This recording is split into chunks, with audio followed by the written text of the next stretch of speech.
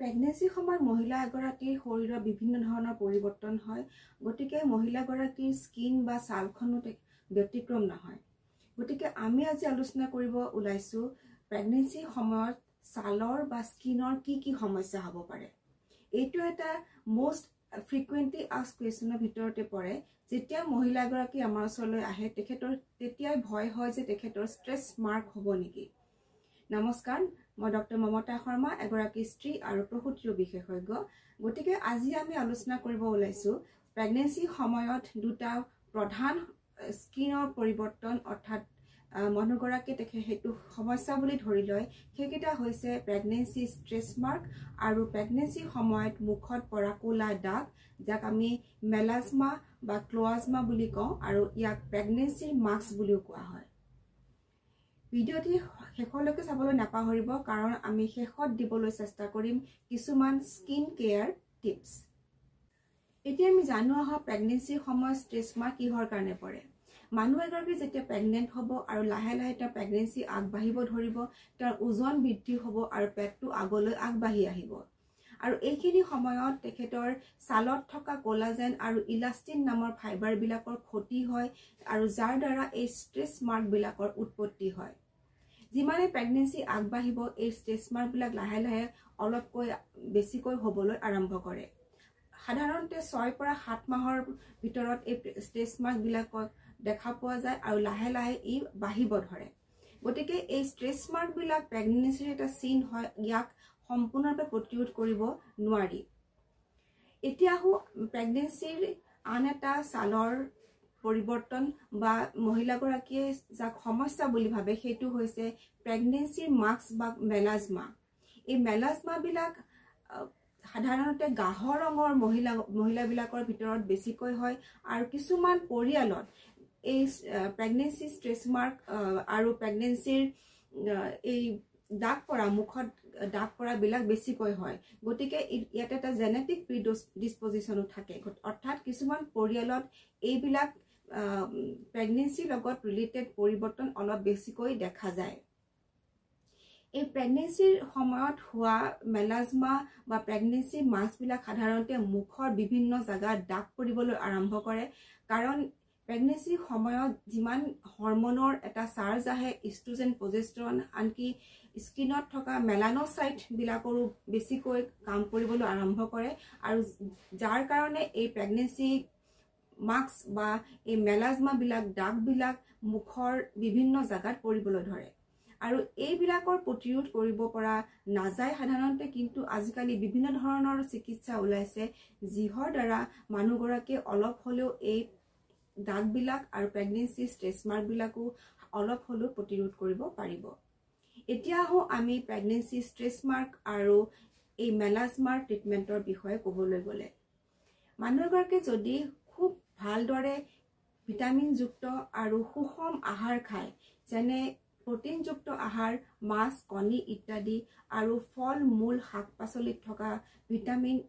আৰু মিনাৰেলযুক্ত যদি খাদ্য তেখেতে খায় বহুখিনি ষ্ট্ৰেছ মাৰ্কৰ পৰা তেওঁ কমাব পাৰিব আৰু যদি স্কিনখন ভালদৰে ময়শ্চাৰাইজ কৰি ৰাখে অৰ্থাৎ স্কিনখন যদি ড্ৰাই হৈ থাকে তেতিয়াও এই ষ্ট্ৰেছ মাৰ্ক বিলাক বেছি হোৱা দেখা যায় গতিকে হাইড্ৰেশ্যনটো খুব ইম্পৰ্টেন্ট হয় আৰু সেই হাইড্ৰেশ্যনৰ কাৰণে স্কিনখন ভালদৰে ময়শ্চাৰাইজ কৰি ৰাখিবৰ কাৰণে যত্ন কৰিব লাগে ইয়াৰ লগতে ভালদৰে পানী খাব লাগে মানুহ এগৰাকীয়ে পানী খোৱাটো অত্যন্ত জৰুৰী হয় আৰু লগতে অত্যাধিক ওজন বৃদ্ধিটো প্ৰতিৰোধ কৰিব লাগে আমি মানুহ এগৰাকী যেতিয়াই চিকিৎসাৰ কাৰণে প্ৰেগনেন্সি আমাৰ ওচৰলৈ আহে আমি ওজন বৃদ্ধিৰ কাৰণে তেখেতক আমি অনুপ্ৰেৰণা দিও কিন্তু অত্যাধিক ওজন বৃদ্ধিও ভাল নহয় গতিকে অত্যাধিক ওজন বৃদ্ধি হলে এই ষ্ট্ৰেছ মাৰ্ক বিলাক বেছি হয় গতিকে এটা সীমিত স্বাস্থ্যজনিত এটা ৰেঞ্জত যদি ওজন বৃদ্ধি কৰা হয় প্ৰেগনেন্সি সময়ত তেতিয়াও ষ্ট্ৰেছ মাৰ্ক বিলাক অলপ হলেও কম হ'ব এতিয়া ট্ৰিটমেন্টৰ বিষয়ে ক'বলৈ গ'লে যিবিলাক ট্ৰিটমেন্ট ষ্ট্ৰেছ মাৰ্কৰ কাৰণে আজিকালি আছে সেইবিলাক প্ৰসৱৰ পিছত সাধাৰণতে কৰিব পাৰে ষ্ট্ৰেছ মাৰ্কৰ চিকিৎসাৰ কাৰণে বিভিন্ন ধৰণৰ ক্ৰীম বা লোচন ব্যৱহাৰ কৰা হয় এইবিলাকৰ ভিতৰত ascorbic acid glycolic acid cream আৰু ট্ৰেটিনইন ক্ৰীম প্ৰধান হয় ইয়াৰ উপৰিও কেমিকেল পিলিং মাইক্ৰডাৰ্মাব্ৰেছন আদিৰ দ্বাৰা অলপ হলেও এই ষ্ট্ৰেছ মাৰ্ক বিলাক কমাব পাৰি নতুন ধৰণৰ চিকিৎসাৰ ভিতৰত লেজাৰ আৰু ৰেডিঅ' ফ্ৰিকুৱেন্সি প্ৰধান হয়। এই লেজাৰত ভিতৰত কাৰ্বন ডাই oxide laser, Q switch laser আৰু এনডি ইয়াক লেজাৰ প্ৰধান হয়। ইয়াৰ উপৰিও নতুন এটা ট্ৰিটমেণ্ট যিটো ষ্ট্ৰেছ মাৰ্কৰ ট্ৰিটমেণ্টৰ কাৰণে আজিকালি নতুনকৈ ব্যৱহাৰ কৰা হয়, সেইটো হৈছে PRP বা প্লেটলেট ৰিচ প্লাজমা। অৰ্থাৎ মানুহগৰাকীৰ নিজৰে ব্লাড বা তেজ অলপ লৈ পেলাই তাৰ পৰা যিখিনি প্ৰধান নিউট্ৰিয়েণ্ট ৰিচ প্লাজমা থাকে সেইখিনি ষ্ট্ৰেছ মাৰ্কৰ জাগাত ইনজেক্ট কৰি দিয়া হয়। এইবিলাক ট্ৰিটমেণ্টৰ দ্বাৰা ষ্ট্ৰেছ মাৰ্ক বহুতখিনি কমাব পৰা যায়, বিশেষকৈ যিসকল মহিলাৰ ষ্ট্ৰেছ মাৰ্ক বেছিকৈ হৈছে আৰু তেওঁলোকে কছমেটিক ৰিজনত তেওঁলোকে বেছি কনচাৰ্ণ হৈ আছে, এইবিলাক ট্ৰিটমেণ্টৰ তেওঁলোকে সহায় ল'ব পাৰে। কিন্তু এটা কথা উল্লেখ কৰিব লাগিব যে ষ্ট্ৰেছ মাৰ্ক লাহে লাহে সময়ৰ লগত নিজেও বহুতখিনি কমি যায়। মেলাজমা চিকিৎসাৰ বিষয়ে ক'বলৈ গ'লে যিহেতু ই এটা হৰমনৰ প্ৰভাৱত হোৱা বস্তু, গতিকে ইয়াক সম্পূৰ্ণৰূপে প্ৰতিৰোধ কৰাটো সম্ভৱ নহয়। কিন্তু সূৰ্যৰ ৰশ্মিৰ প্ৰভাৱত ই বেছি হয়, গতিকে যিসকল মহিলাৰ স্কিন চেঞ্চিটিভ হয় বা আগৰ প্ৰেগনেঞ্চিত তেখেতৰ মেলাজমা হৈছিলে, তেওঁলোকে সূৰ্যৰ ৰশ্মিৰ পৰা নিজকে বচাব লাগে আৰু ছানস্ক্ৰীন ব্যৱহাৰ কৰিব লাগে। যিবিলাক চিকিৎসা মেলাজমা বা এই দাগ আঁতৰোৱাৰ কাৰণে উপলব্ধ আছে সেইবিলাক হৈছে মাইক্ৰ'ডাৰ্মাব্ৰেশ্যন বা কেমিকেল পিলিং, যিবিলাকত গ্লাইকলিক এচিড, কজয়িক এচিড, এজেলিক এচিড ইত্যাদি এচিড ব্যৱহাৰ হয়। আৰু ইয়াৰ উপৰিও কিছুমান চেৰাম পোৱা যায়, যেনে vitamin C serum, niacinamide serum, হাইড্ৰকুইনন মলম আৰু ট্ৰানিক্সামিক এচিডৰ মলম আৰু চেৰাম। গতিকে এইবিলাকৰ দ্বাৰা মেলাজমা বা এই মুখৰ দাগবিলাক আঁতৰাবৰ কাৰণে চেষ্টা কৰা হয়। ইয়াৰ উপৰিও যিবিলাক নতুন ট্ৰিটমেণ্ট পদ্ধতি এতিয়া আমাৰ লগত আছে সেইবিলাক হৈছে লেজাৰ আৰু PRP। লেজাৰৰ ভিতৰত RBM লেজাৰে ভাল কাম কৰে আৰু PRP ইতিমধ্যে আমি ষ্ট্ৰেছ মাৰ্ক কমাবৰ কাৰণে যি ট্ৰিটমেণ্ট উল্লেখ কৰিছোঁ তাতে আমি উল্লেখ কৰিছিলোঁ যে পেচেণ্টৰ নিজৰ তেজ লৈ পেলাই তাৰ পৰা যিখিনি নিউট্ৰিয়েণ্ট ৰিচ প্লাজমা থাকিব সেইখিনি যিখিনি ঠাইত ট্ৰিটমেণ্ট কৰা হয় তাতে ইনজেক্ট কৰি দিয়া হয়। গতিকে আজিকালি ভাল ভাল ট্ৰিটমেণ্ট ওলাইছে, কিন্তু এটা কথা উল্লেখ কৰিব লাগিব যে এইবিলাক প্ৰেগনেঞ্চিৰ লগতে হোৱা বস্তু, গতিকে সম্পূৰ্ণভাৱে প্ৰতিৰোধ কৰাটো সম্ভৱ নহয়। এতিয়া সময় হৈছে প্ৰেগনেঞ্চি সময়ৰ স্কিন কেয়াৰ টিপছ। যেতিয়া মহিলাগৰাকীৰ ষ্ট্ৰেছ মাৰ্ক হয় বা মেলাজমা হয়, তেখেতে যিকোনো ধৰণৰ ট্ৰিটমেণ্ট ল'বৰ কাৰণে আগ্ৰহী হৈ যায়।